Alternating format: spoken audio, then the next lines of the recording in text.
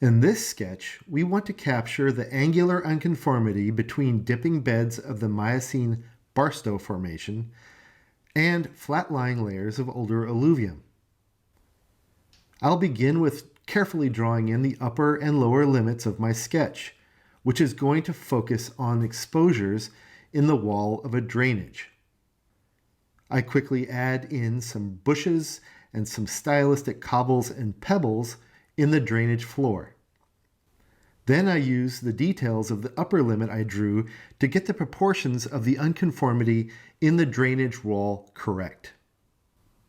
Once I have the unconformity drawn in, I continue with some dipping beds using dashes for the mudstone and cross-hatching for a few more resistant beds of volcanic ash.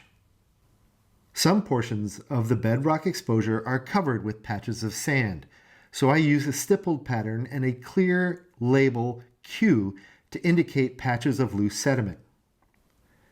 I then use stylistic patterns of cobbles, pebbles, and sand to capture bedding in the overlying older alluvium before finishing off the sketch with some bushes along my upper limit, some annotations, compass directions, and a caption.